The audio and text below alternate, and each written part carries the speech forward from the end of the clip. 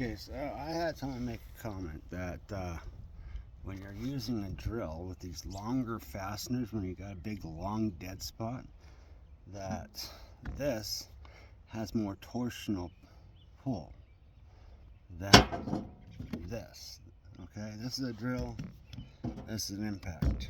Okay, these are both two tools. So I set up this demonstration with what I just have on hand without having to run to the store and buy some big monstrous fasteners that I don't really need because I'm not a YouTube content creator, but I want to put this to the test. This, driving these long things when it gets to the lull, and these two tools are comparable. Actually, this thing is weaker in power rating than this. Okay, and I'm going to start with the drill in speed 2.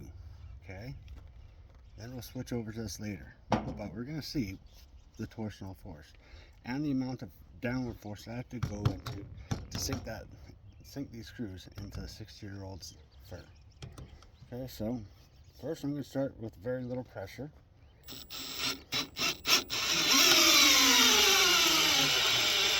It's pulling. Now it jumps out. Now I know I got to put a little bit more push on it. So let's put some pressure on it. Pull it.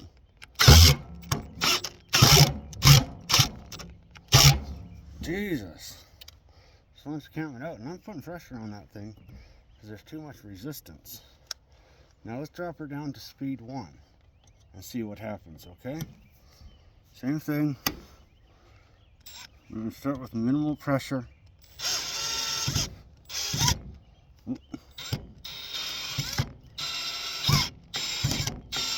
Now you see that faster flexing? Because I'm having to push hard to get it to go, okay? I'm having to put some pressure to keep it locked and secured in that head to try to drive into this really old, hard piece of wood. Okay? So now you see what these do. And I was putting some pull on it too, but I was having to put a lot of pressure because of the amount of resistance, and this one's not even through the threads yet. Okay?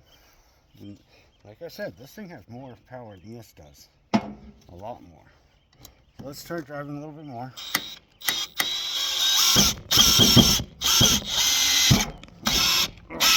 And it's got torsional pull. Now let's switch back over to an impact, a small little gutless impact. See what happens, one-handed.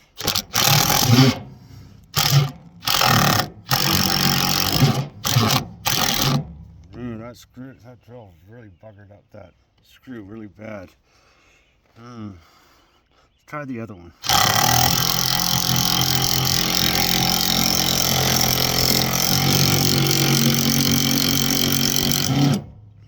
One-handed. I was able to get that one going one-handed. Let's try a fresh screw.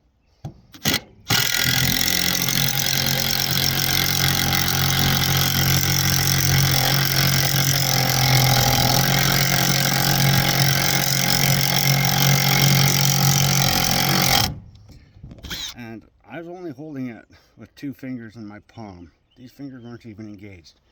Less torsional force drove it in without cam out, without binding, with less resistance. Meanwhile, the drill, speed 1, speed 2, too dense of a material. Once it started to get too tight and then too deep, drill started camming out. Now it has enough power to drive in, but it's not giving the ugga-duggas that help get it down in there, and enough constant torque. That's the difference. Hard woods, hard materials. When you're playing with soft wood, this thing's going to be cat's meow. It's going to be total cat's meow. And if you're drilling pilot holes, this thing's going to be the cat's meow. The drill's always going to be the cat's meow in that case. But when you're not drilling pilot holes and that, I don't have to use 2 hands with this. I don't have to put a massive amount of downward force on it. This thing here, to keep it from camming out, you got to put some force on there to hold it in the head of the screw. And on that, when it starts getting tight, the torsional force, it's a lot greater to where you actually need to use 2 hands to stabilize. So not a one-handed tool, so that's very encumbersome, very fatiguing. One-handed tool that you can use with 2 fingers, holding the gun like this Drive it all the way down. Let's go with this one. This one's bent. This is a bent screw. This one should be entertaining. Oh.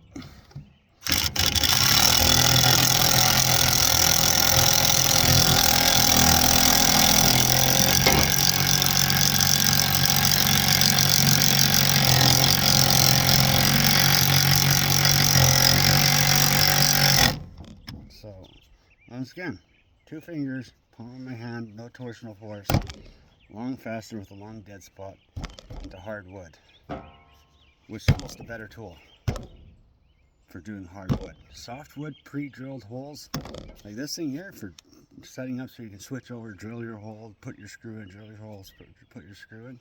Friggin' boss, absolute boss. Right tool for cabinet making, right tool for everything.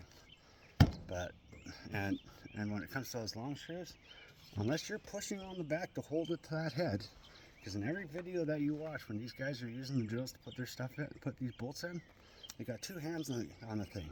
Sometimes they're pushing it to keep positive contact on. These things you can do one-handed. They're usually smaller and lighter. And like you saw, I was just holding it with 2 fingers. Trigger on one finger here, palm of the hand here, thumb right there. No real pressure.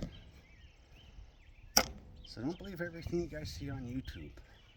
This is a simple, cheap, free experiment for me to do. Little test to see what happens using the little guys, because all my big guys are in my truck and I don't feel like opening up my tool truck right now because I'm old and I'm lazy. But there you go. Hard wood, dense lumbers. Softwoods, rock and roll. Go to town with these puppy. Go to town with this puppy. Hard lumbers, up on the roof, up in cumbersome places where you need your other hand to hold on to something so you don't fall down and crack your skull like Humpty Dumpty. Right there. Now this thing. This thing is safer.